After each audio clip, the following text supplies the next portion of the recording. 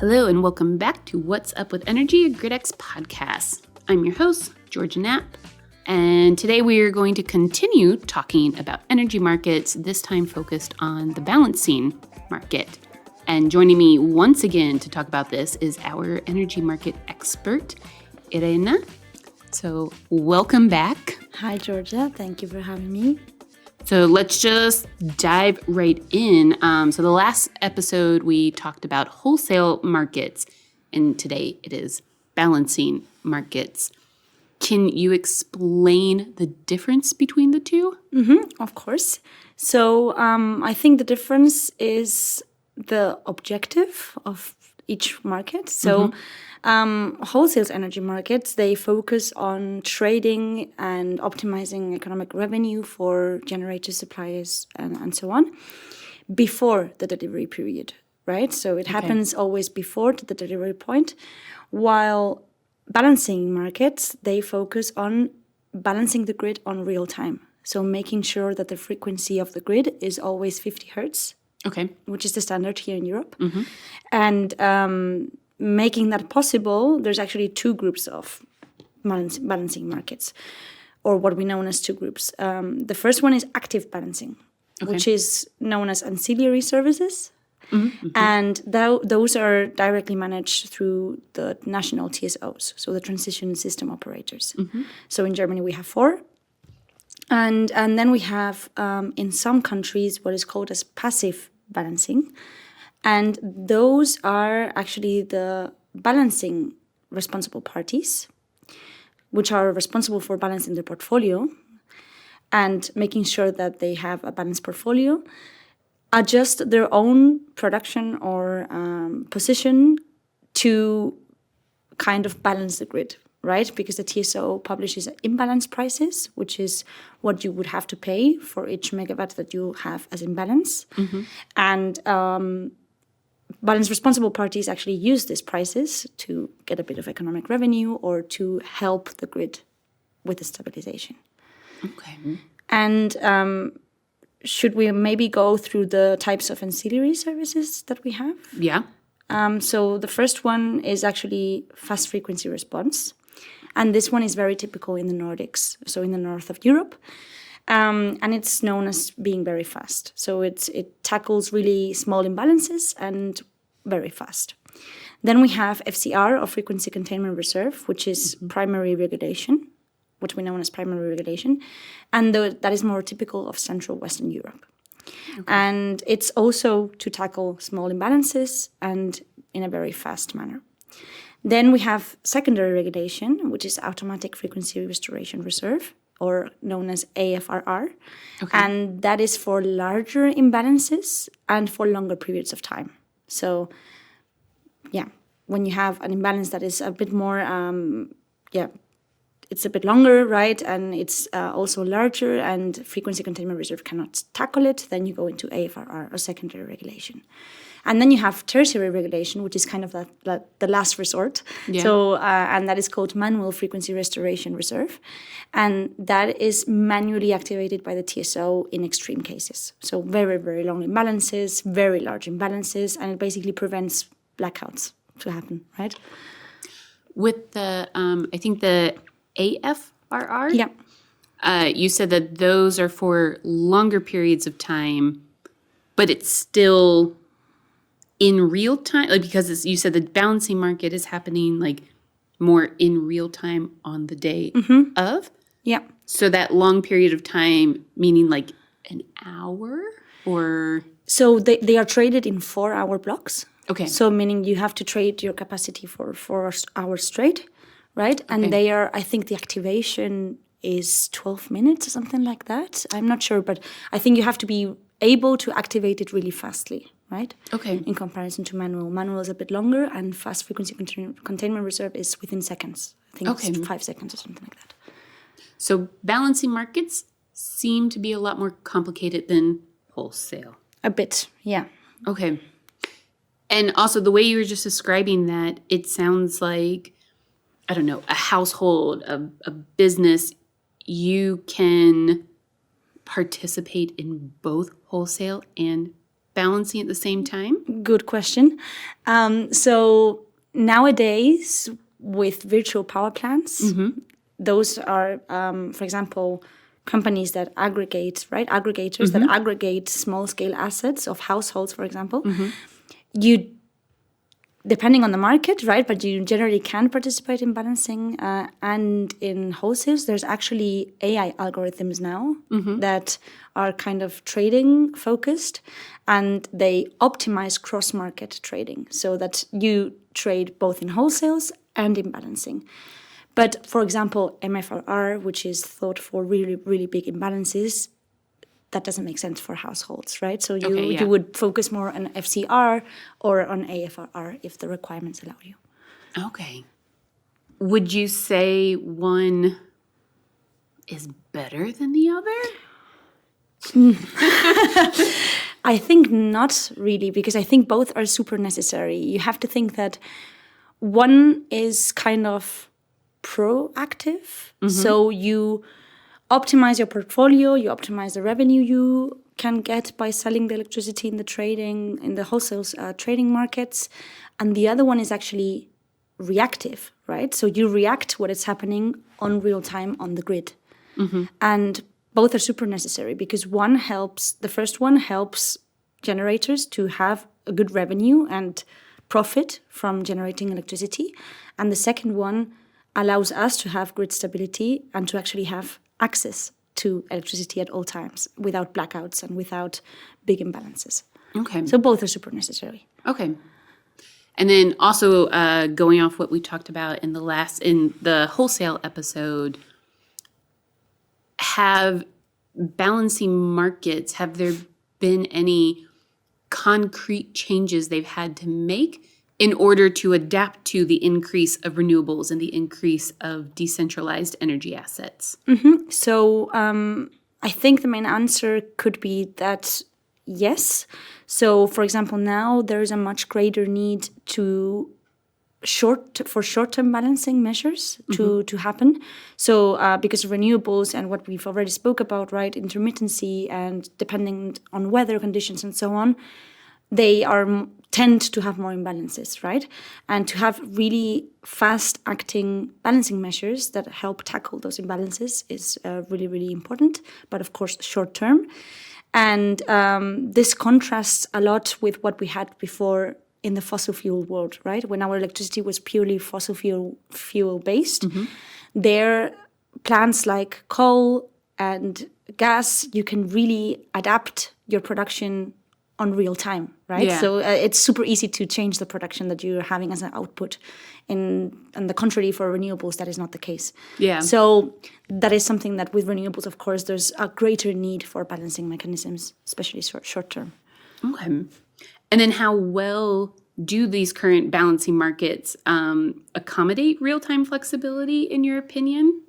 Yes. So I would say they are getting better in accommodating real-time flexibility, especially in ancillary services, right? But there's still a few things that could have improvements. Yeah. Let's start with the things that are done correctly or that are now changing. And the first things is, for example, we have now new platforms, for example, the Picasso platform for aFRR or the Marie platform for MFRR, where actually cross-border activation measures can be done. So you can activate cross-border balancing.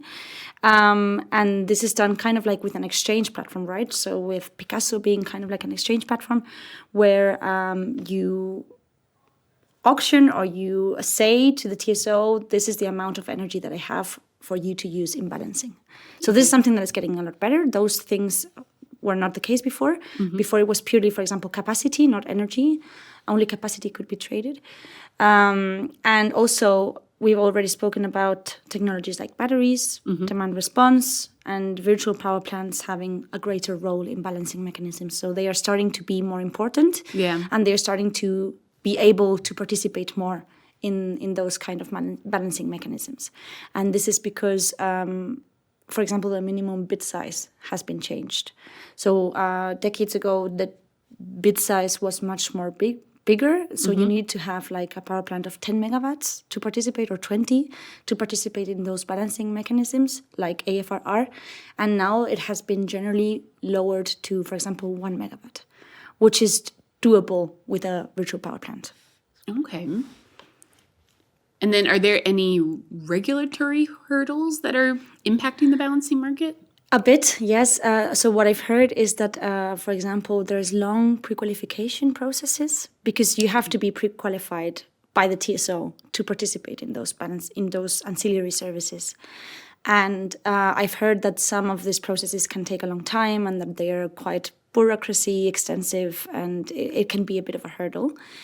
So this could be maybe improved so that small-scale assets and virtual power plants can participate more freely and easier. And is this in Germany specifically, or is this kind of European worldwide? Generally. I think generally, I mean, it depends on the country. Of course, each country is different because each TSO is different. But the pre-qualification processes generally can be a bit of a problem. And then actually just a bit ago where you were saying, like, we have FFRs in Sweden, but then that's different than Germany. Is there a reason that like Sweden kind of has their own balancing market going on? You said Central Europe kind of has their own going on. I actually don't know. I think there's from what I know, they do have faster response, right? So the fast frequency response, it's much faster than, for example, FCR. But it's just a type of ancillary services that was defined there. I don't know if there's a specific reason behind it. Okay. And then you were talking about automation and AI. So how are those and predictive analytics changing the way TSOs and market participants can operate in balancing markets?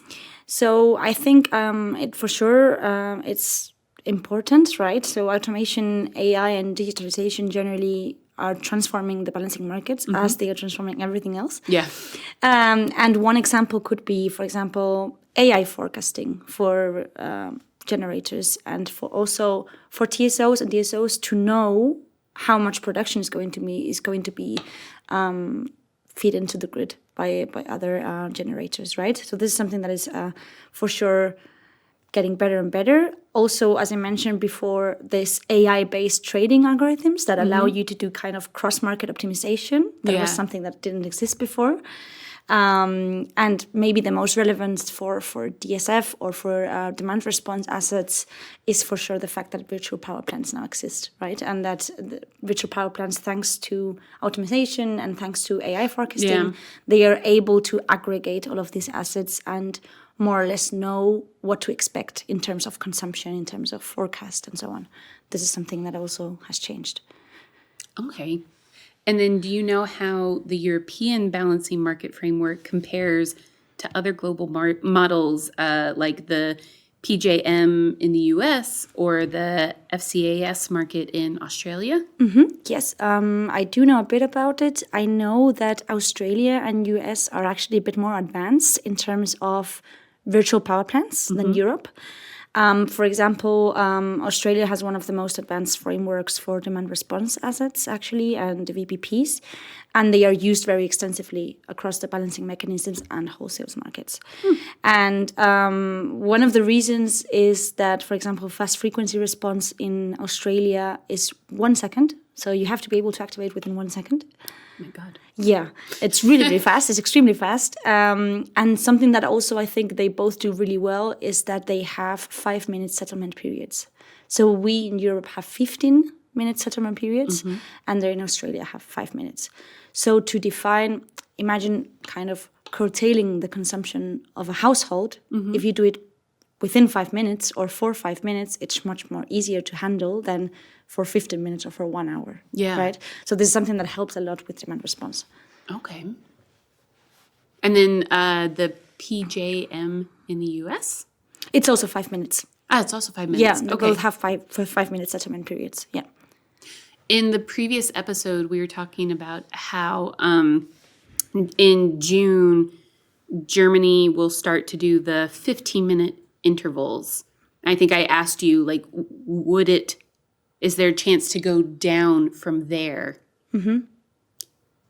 Would this sort of be my answer? Like Australia and the US are doing it in 5 minutes, or is this totally different topics, markets now? It depends really on if the whole Europe does it, right? Because one of the reasons we're changing to 15 minutes is, as you mentioned also in the last episode, to have a common, more standardized products for in the whole across Europe.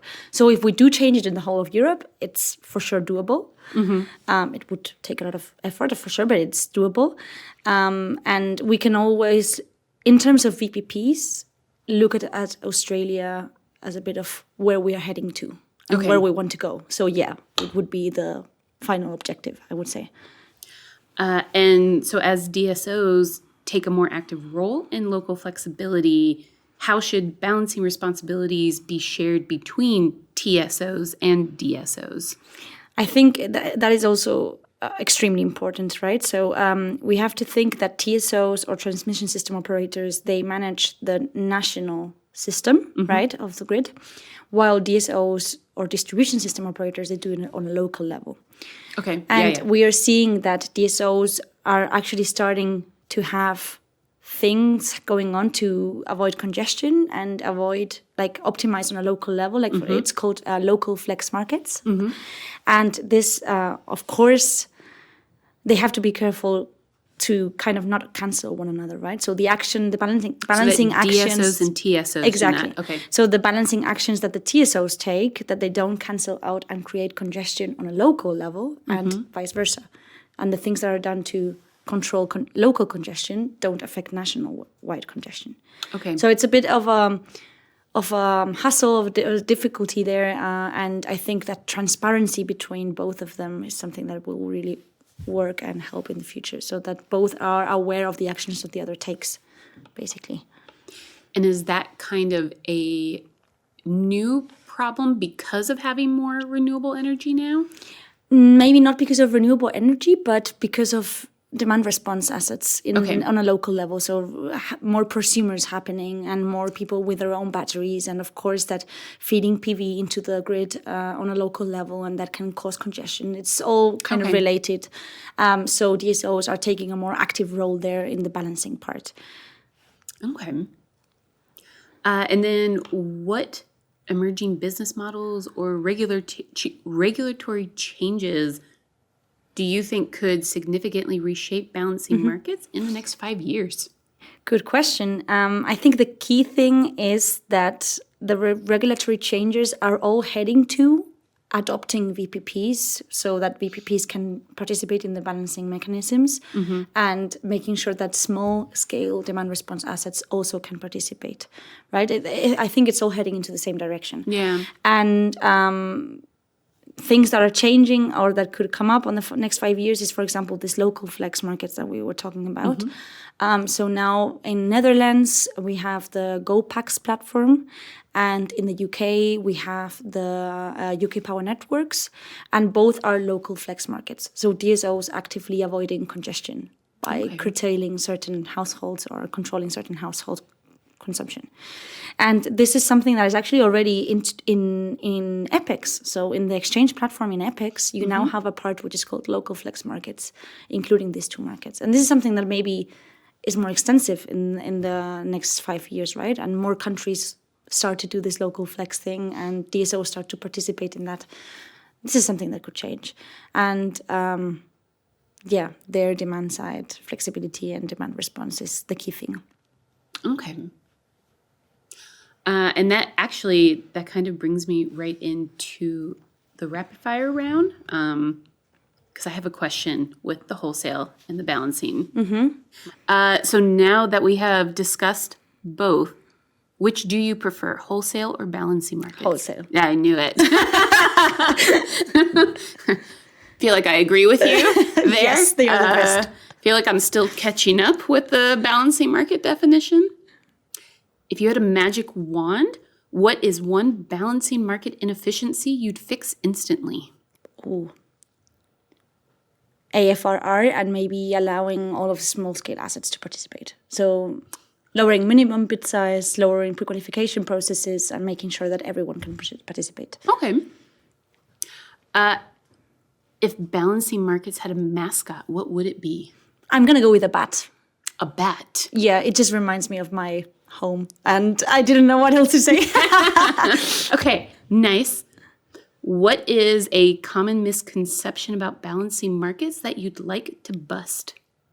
That everyone can participate and that it's easy. That's the myth. It could be a myth. Yeah, that it's. I think people are not aware of the work behind the pre-qualification processes and how difficult it can get to participate in those markets. And you want to bust that so that they realize how difficult it is? And lower the standards. Yeah. Okay. Nice. If balancing markets had a theme song, what would it be? I'm going to go with Angels. This one by Robbie Williams? Yeah. Yeah, okay. Right? Because they're kind of like the angels of the electricity market. They are avoiding blackouts happening for us, yeah. right? No, I like that. I like that one. If you could recruit any fictional character to help balance the grid, who would it be? Fictional character. Superman. Okay. Why not? Yeah. Like it can help. He is Superman, so he's supposed to do all the things. All right. Well, thank you so much. This has been great learning more about markets. I feel like I still might need another course in balancing markets, but this has been a great introduction to the subject. It's a difficult world. Happy to help. If you'd like to learn more about the world of renewable energy or energy management systems, be sure to check out our website, gridx.ai, where we produce regular blogs and glossaries about the subject. You can also follow us on LinkedIn or on Twitter and Instagram at GetGridX.